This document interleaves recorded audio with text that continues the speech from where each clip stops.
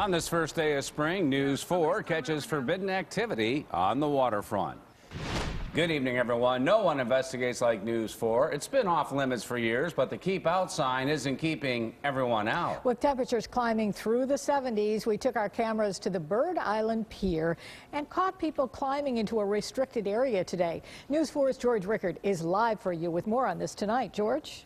You still are allowed to walk the Bird Island Pier all the way to the Peace Bridge and back. That's allowed, but at the Peace Bridge there is a fence and a sign making the next mile and a half or so off limits. And on a beautiful day like this, people still couldn't seem to resist going that extra mile.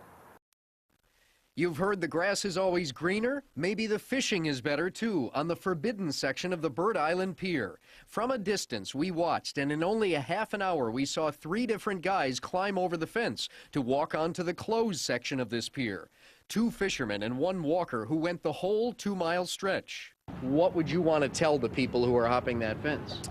That there are some unstable areas of the walkway along the path. It's not closed for no reason.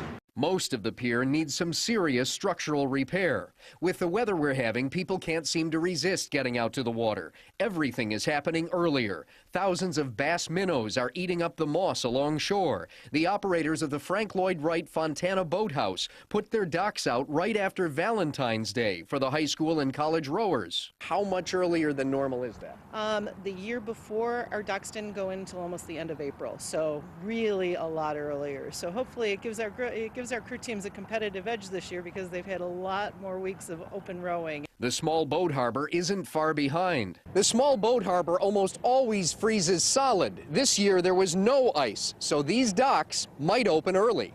Normally the harbor opens May 15th, but an NFTA spokesman told me this afternoon that the authority is working to open the docks early this year, with the exact date to be announced soon. I think it's great. Any excuse to get out on the water sooner.